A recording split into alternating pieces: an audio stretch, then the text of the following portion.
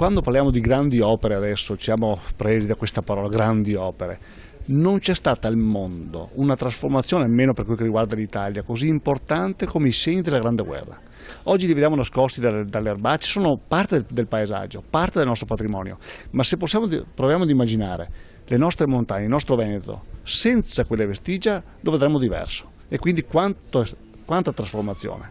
La seconda considerazione: qualche anno fa abbiamo festeggiato il 150esimo della Unità d'Italia.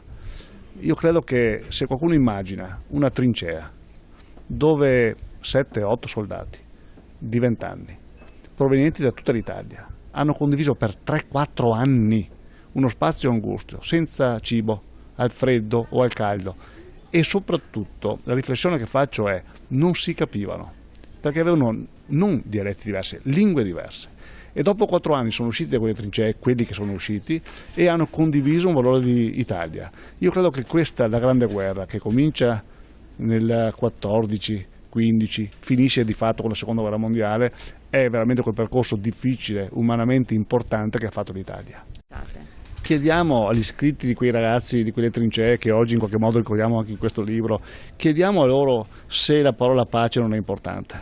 Invece che sta qua questi convegni, queste parolone, questi ragionamenti, chiediamo a chi ha provato le sofferenze, chi ha provato quei momenti, leggiamo cosa hanno scritto per capire il valore della pace. Probabilmente, se qualche volta perdiamo qualche attimo a non fermarci ai soloni, ma a guardare i nostri semplici ragazzi di quelle trincee, forse capiremo cos'è il valore della pace.